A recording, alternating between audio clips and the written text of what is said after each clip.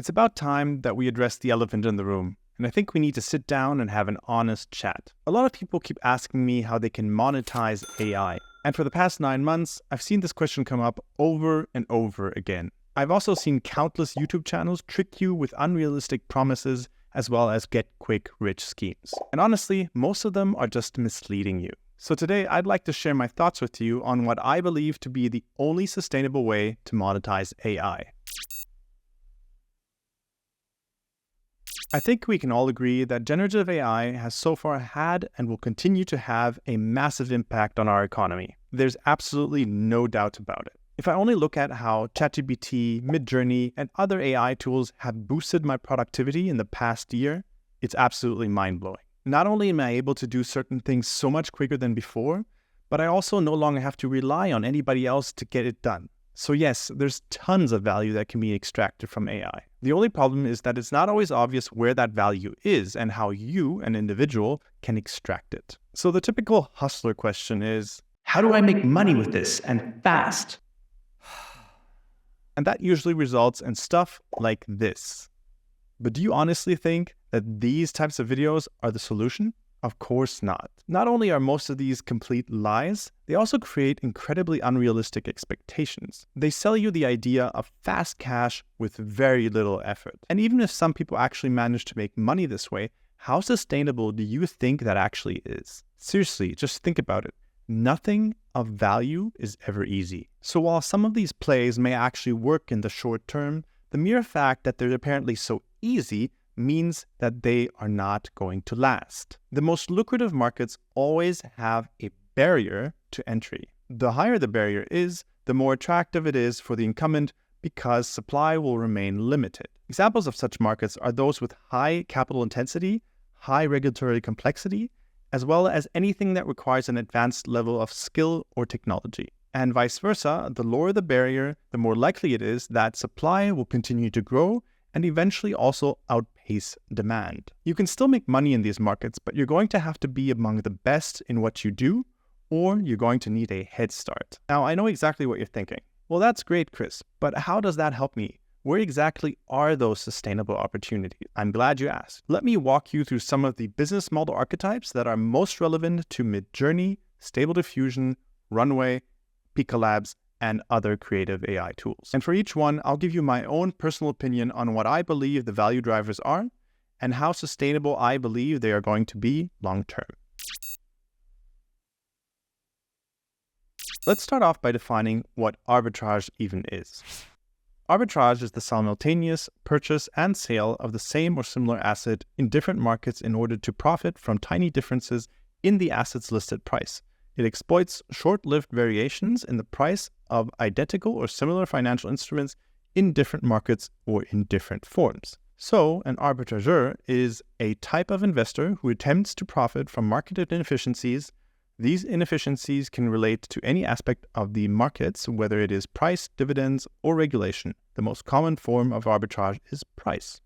What these rather technical definitions actually mean is that an arbitrageur exploits differences in information. So let's say a group of people are looking to buy a particular service at a certain price. Whether it's on Upwork or on Fiverr, it doesn't really matter. They're essentially both examples of the very same thing. The price is currently set by the people who offer this type of service, and it is usually defined by the amount of time it is required to render it. The service could be any type of creative service, whether it's creating a logo or maybe even a thumbnail for a YouTube video. So in the context of Midjourney and other AI tools, if someone is able to offer the exact same service with considerably less effort, then they are in a position to either undercut the entire market or simply handle more orders. And if all of this sounds very familiar to you, then that's because it's been promoted ad nauseum throughout the entire last year. And why? Well, because it's unbelievably simple. There is absolutely no barrier to entry to this market other than knowing how to use these tools and promoting yourself on the relevant marketplaces. So is it an attractive market? Well, not really,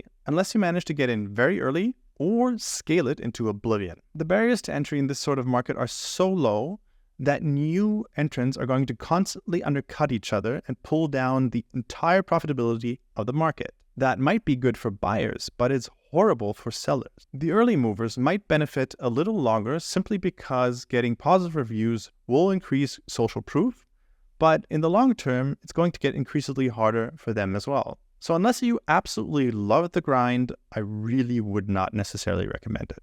Hey, sorry for interrupting you right in the middle of the video, but I just wanted to share something with you. As many of you know, I have an online video course called Masters of Midjourney, which teaches you all of the foundational skills that you need in order to get the most out of Midjourney. And I know that some of you are still on the fence, trying to figure out whether this is right for you.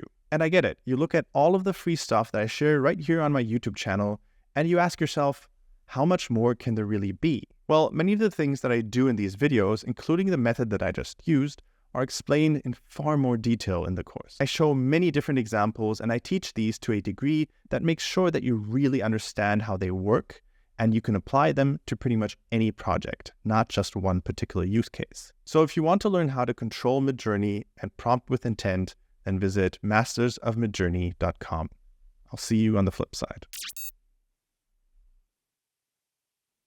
Now, this is a bit of a tricky one because I have a long history in print on demand. I sold my very first t-shirts nearly 15 years ago, and even though my personal interests as well as my business focus have completely shifted since then, I still earn royalties on all of that work. It's precisely this seemingly passive income that makes print on demand such a compelling business model for many people. The fact that you can focus on the creative side of things and don't need to worry about production, marketing, or fulfillment is a really great aspect of this business model, especially if making money online is still very new to you or you simply don't have the time for a full-size business. Print on demand and all of its related business models is still one of the best places to learn the ropes. Now, I will admit that the barrier to entry in merch is also very, very low, and the fact that we now have Midjourney will probably reduce that barrier even further. So I would expect to see a much greater supply in high-quality designs in the next couple of months. Not only because AI makes it so much easier for new people to create high-quality designs, but also because the top dogs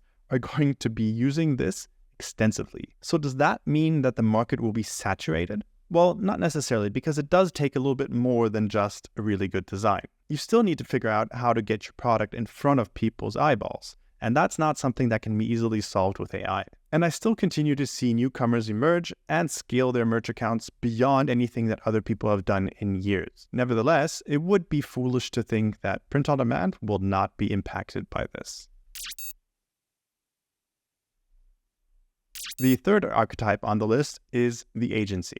Now, I don't necessarily mean an agency that serves large companies. I mean, sure, they'll manage to find ways to optimize their workflows with AI as well. But what I primarily mean are the one-person or very small agencies that primarily work with small businesses. I believe that many of the small businesses and freelancers in that space are really sleeping on AI, either because of a general lack of technical skill or because they simply refuse to engage with modern technology. And I honestly believe there's a huge opportunity for solopreneurs to help small local businesses spice up their marketing and visual identity with the help of some AI tools. I mean, just think about it. Most of these businesses probably already have a budget for this sort of thing. And if you then come in and show them how they can cut that in half, you are absolutely guaranteed to get their attention. Every reasonable business will spend money if it allows them to save money in the long run. Honestly, it's a complete no-brainer. Now, does that mean that you have to engage with real people in the real world? You know, like actually walk into a shop and talk to a real human? Yes, it does. And you'd be surprised how much of a competitive advantage it is if you simply know how to do that sort of thing. I believe there's a huge untapped opportunity in the offline part of our economy. And I also believe it's one of those areas where you are most likely to actually outcompete younger generations simply because their entire existence is currently mostly online.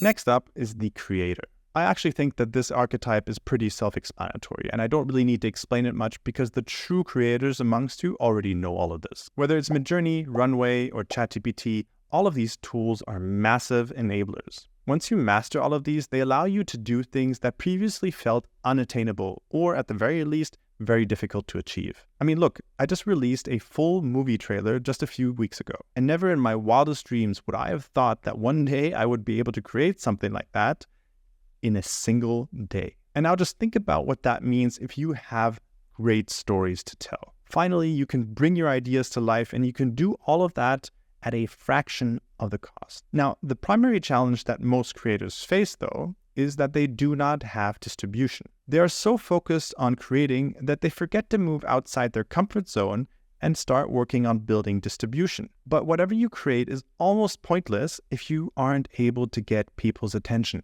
So most of them end up depending on publishers who become their gatekeepers.